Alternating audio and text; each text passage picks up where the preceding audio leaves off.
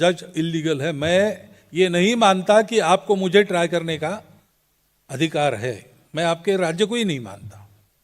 मैंने लोगों को ये बताया, स्वतंत्रता उनका मूलभूत अधिकार है और उसको प्राप्त कैसे करते हैं उसकी तरीके बताए हैं, इसमें कोई गुनाह नहीं है। तो उनको 1 वर्ष सश्रम कारावास की सजा हुई और न्यायाधीश ने जजमेंट में रिमार्क लिखा कि इनके बचाव का भाषण, इनके जिन भाषणों के कारण इन पर आरोप लगा उससे ज़्यादा सेडिशियस है, ज़्यादा राजद्रोही है, ऐसे वो थे। और इसलिए ये सब काम करते समय लोकमान्य तिलक जी, महात्मा जी, सुभाष बाबू, डॉक्टर अंबेडकर साहब, ऐसे सब लोगों से, भगत सिंह क्रांतिकारी के थे, तो इन सब से चर्चा हुई तो उनको ध्यान में आया, उनका भी अनुभव था, अध्ययन था, चिंतन था, सब कार्यों में प्रामाणिकता से, निस्वार्थ बुद्धि से काम करके देखा था।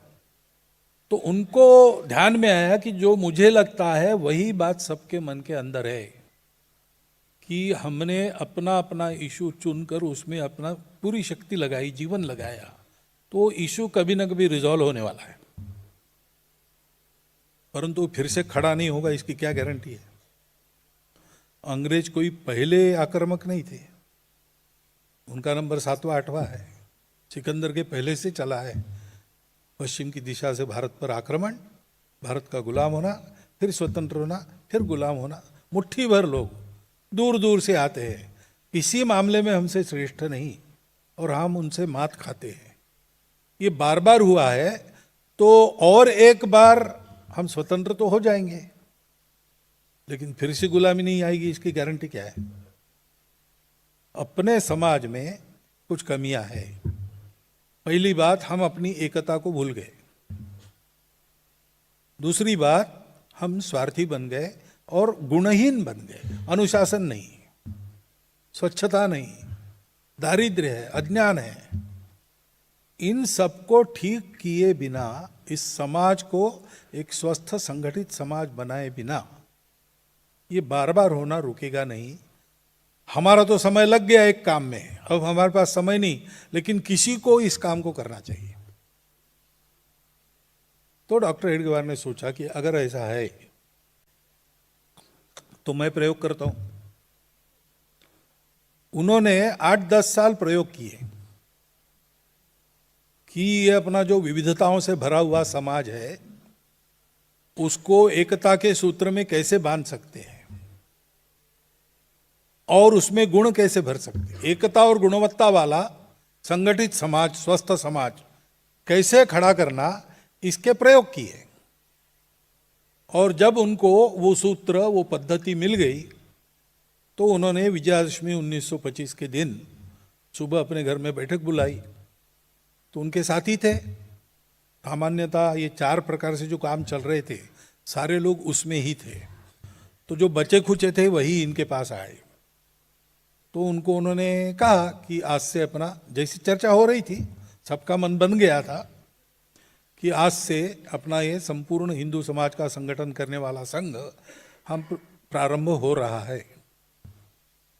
बाद में लोगों ने आके पूछा अब करना क्या है, तो उन्होंने कहा किसने तय किया है, बैठो सब मिल के बात करो, तय करो।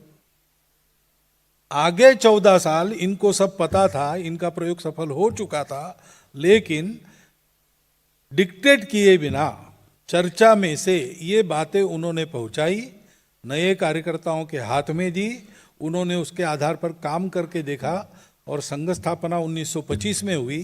संघ की कार्य पद्धति 1939 में पक्की हो गई।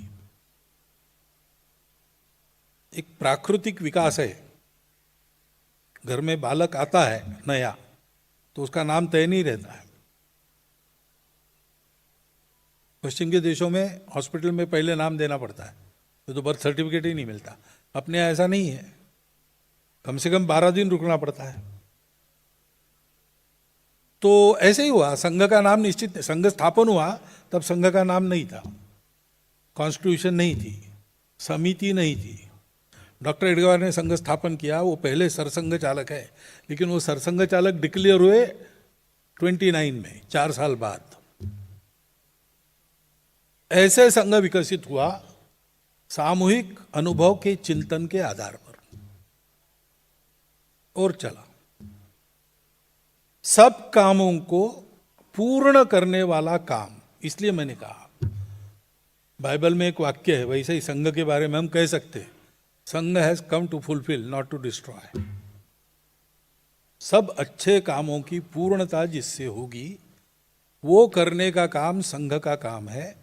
संघ की ये जो मेथोडोलॉजी है, पद्धति है, वो आरएसएस है।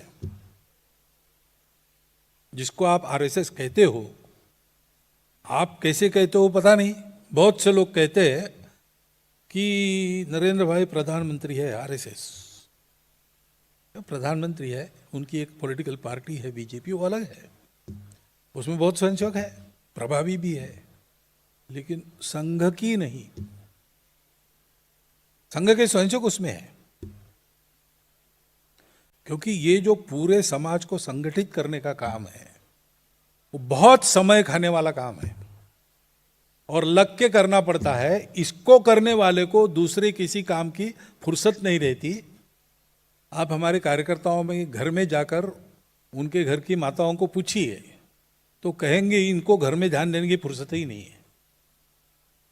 हमारी एक मौसी जी थी, संघ के घर में ब्याही गई, तो वापस आने के बाद उन्होंने कहा कि मुझे पता नहीं था मेरी एक सौत है। सौत है? सब शॉक हो गए, पूछा कौन? तो बोले संघ।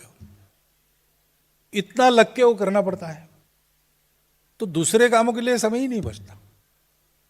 इसलिए संघ ने पहले से तय किया है कि संपूर्ण समाज को संगठित करने के अलावा संघ को दूसरा कोई भी काम नहीं करना है, और ये काम पूरा होने के बाद और कोई दूसरा काम संघ नहीं करेगा। तो फिर देश के लिए बहुत सारी बातें होनी है, वो कौन करेगा? ऐसा लोग पूछते थे, तो डॉक्टर साहब बताते थे संघ कुछ नहीं करेगा, स्वयंसेवक कुछ नहीं छोड़ेंगे, वो सब करेंगे। वो सब करेंगे, वो उनका है, स्वतंत्र है, स्वायत्त है, स्वावलंबी होगा, अलग है।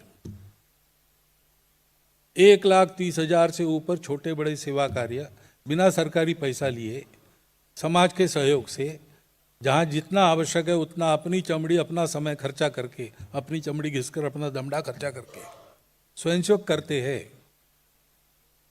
वो सेवा संघ की नहीं, स्वयंसेवकों की है। सब क्षेत्रों में स्वयंसेवक काम कर रहे हैं, लेकिन वो उनके कार्य अपने अपने स्वतंत्र, अलग, स्वायत्त, स्वावलंबी कार्य है। जैसे चर्चा होती है वैसा संघ का कोई डायरेक्ट या रिमोट कंट्रोल उन पर नहीं है। संघ कंट्रोल किसको कर सकता है? कंट्रोल की है क्या हमारे हाथ में? ये हमारे कार्यकर्ता लोग साथ में बैठे एक सभागृह में, उन्होंने कल काम बंद कर दिया, तो मैं क्या कर सकता हूं उनका? हमारा मन मर्जी और दोस्ती के आधार पर चलने वाला काम है, उसमें कोई कंट्रोल की बात ही नहीं होती। स्वयंसेवक है, आते जाते रहते हैं, बातचीत होती रहती है, अच्छा काम है तो हम सबको मदद करते हैं, उनको भी करते हैं। और अब हमारी शक्ति है तो राष्ट्र के बारे में हमारा एक विचार है, उस विचार के अनुसार बातें होंगी, इसके लिए हम प्रयास करते हैं। उस विचार के अनुसार जो विचार रखते हैं उनको लाभ होता है, जो नहीं रखते उनको नहीं होता है। हम किसी को लाभ पहुंचाने के लिए वो काम नहीं कर रहे, हमको लगता है देश के लिए अच्छा है, इसलिए करते हैं। तो पहली बात ये समझना कि संघ और ये सारे विविध कार्य जिसमें आपको स्वयंसेवक दिखते हैं, और ये संघ का है, संघ का है, संघ का है, सब लोग कहते हैं, वैसा नहीं है। इसको छोड़ के संघ को देखिए। संघ यानी वो मेथोडोलॉजी जिसको शाखा कहते हैं। 1 घंटा रोज का व्यायाम है, शरीर मन बुद्धि का। आप अपने आप को तंदुरुस्त रखने के लिए रोज व्यायाम करते हो, शक्ति रहे इसलिए रोज 2 बार कम से कम खाते हो। जो वो छात्र है वो रोज पढ़ाई करते हैं। से देश का काम करना है, योग्य रहकर करना है, योग्य बनकर करना है, तो उसके लिए भी एक व्यायाम है। वो व्यायाम हम उसको शाखा कहते हैं। 1 घंटे का समय निकालना और सब भूलकर भगवे झंडे के तले अपने भारत का विचार मन में रखते हुए उसके प्रति भक्ति मन में रखते हुए जो आएंगे साथ में, वो कौन है, किस जात पात के है, क्या नाम है, कितना कमाते हैं, कितना पढ़े, कुछ नहीं, वो हमारे अपने हैं। ऐसे उनके साथ मिलकर शरीर मन बुद्धि को सशक्त बनाने वाले व्यायाम करना, ये रोज करना। और ऐसे तैयार होने के बाद समाज के हित का अपनी रुचि क्षमता प्रकृति के अनुसार कोई काम चुनकर उसमें लग जाना। तो संघ चलाने में जो लगते हैं वो संघ के अंग हैं। और इसलिए संघ को देखना है तो संघ की शाखा देखिए, संघ के कार्यकर्ता देखिए, उन कार्यकर्ताओं के घर परिवार देखिए, तो आपको संघ का फील आएगा। संघ के अनेक कार्यक्रम होते हैं, शिविर वगैरह होते हैं, संघ शिक्षा वर्ग लगते हैं, उनमें भी हम देखने के लिए लोगों को बुलाते हैं। वहाँ आना, 2 दिन रहना, अंदर से सब देखना, चाहे जिससे चाहे जो प्रश्न पूछना, बात करना, जो कुछ जानना है जानिए। संघ के लोगों के साथ शाखा वगैरह इसको साल 2 साल ठीक से देख के फिर तय कीजिए। क्योंकि और एक बात है समझने के लिए कठिन, संघ को समाज में अलग संगठन खड़ा नहीं करना है, एक और प्रभावी ग्रुप, प्रेशर ग्रुप, ऐसा नहीं करना है। क्योंकि संघ का पहला सिद्धांत यह है, देश के भाग्य में परिवर्तन तब आता है जब उसका पूरा समाज एक और गुणवान बनता है। नेता, नारा, नीति, पार्टी, अवतार, सरकार, विचार, महापुरुष, तत्वज्ञान, ये सब सहायक है, वो कारण नहीं बनते। कारण समाज है, समाज मालिक है जिसने इन सबको उत्पन्न किया है समाज चलाने के लिए। मालिक जागेगा नहीं तो नौकर क्या क्या करेंगे कौन बता सकता है। और मालिक जागता रहेगा तो सब अपना अपना काम ठीक करेंगे। और इसलिए भाग्य का परिवर्तन देश के समाज के कारण होता है। जितने देश बड़े हुए और कुछ नीचे भी गिर गए, पुरानी बात नहीं कर रहा हूं, आधुनिक काल की, तो अमेरिका है, ब्रिटेन है, फ्रांस है, जापान है, चीन है, क्यूबा है, जर्मनी है, इन सबके उत्थान पतन का गत 100 वर्षों का इतिहास आप देख लीजिए। उस पर लेखन भी है, पुस्तक भी मिलेगी आपको, तो आपको ध्यान में आएगा कि वहां का समाज तैयार हुआ, उसको पहले तैयार किया गया, बाद में उनका उत्थान हुआ। और इसलिए व्यवस्था, हमको लगता है अपने देश में ये व्यवस्था गलत है, वो इसका परिवर्तन होना। व्यवस्था बदलने से समाज नहीं बदलता। लाल बत्ती है इसलिए लोग ट्रैफिक रूल पालन करेंगे, ऐसा कभी होता नहीं। लोग ट्रैफिक रूल पालन करते हैं इसलिए लाल बत्ती चलती है।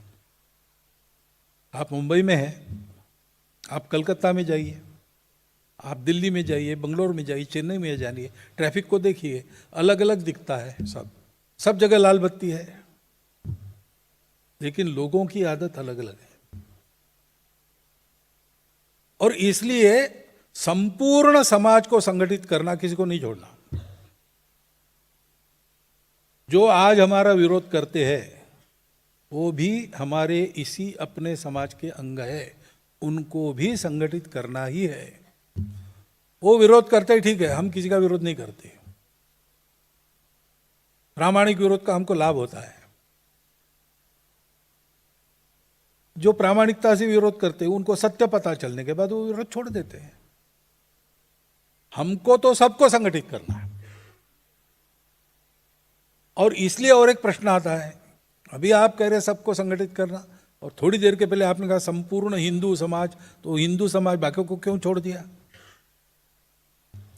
अब ये यहां थोड़ी समझने की बात आती है। हम कहते हैं कि भारत में हिंदू ही है और कोई है नहीं।